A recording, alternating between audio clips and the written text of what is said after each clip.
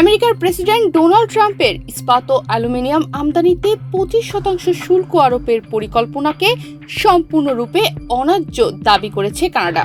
11 ফেব্রুয়ারি দেশটির প্রধানমন্ত্রী Justin Trudeau মার্কিন প্রেসিডেন্টের এই উদ্যোগের দৃঢ় ও স্পষ্ট জবাব দেবেন বলে জানিয়েছেন। ফ্রান্সের রাজধানী প্যারিসের এআই সামিটে জাস্টিন ট্রুডো বলেন, হঠাৎ করে আবার ইস্পাত ও অ্যালুমিনিয়ামে এই শুল্ক আরোপে কানাডার জবাব নিশ্চিতভাবেই দৃঢ় ও স্পষ্ট হবে। নবনির্বাচিত মার্কিন প্রেসিডেন্ট ডোনাল্ড ট্রাম্প হঠাৎ তার দেশে প্রবেশ করা সব ইস্পাত ও অ্যালুমিনিয়াম পণ্যের ওপর 25% শুল্ক আরোপের ঘোষণা দিয়েছেন। গত 10 ফেব্রুয়ারি সোমবার তিনি এ নিয়ে একটি নির্বাহী আদেশে সই করেছেন। জানা গেছে, আগামী 12 মার্চ থেকে ট্রাম্পের আরোপ করা এই শুল্ক কার্যকর হবে।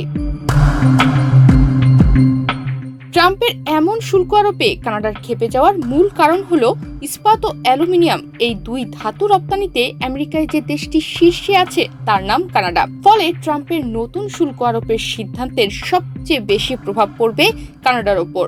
যদিও এ নিয়ে আলোচনার জন্য দুই দেশের হাতে এখনো 1 মাস সময় আছে।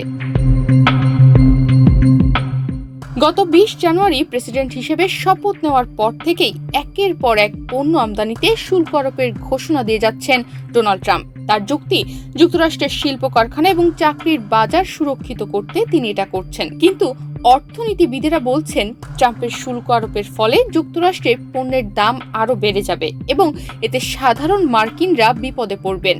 শুল্ক আরোপ নিয়ে কয়েকদিনের মধ্যে দ্বিতীয়বার মুখোমুখি দুই প্রতিবেশী দেশ।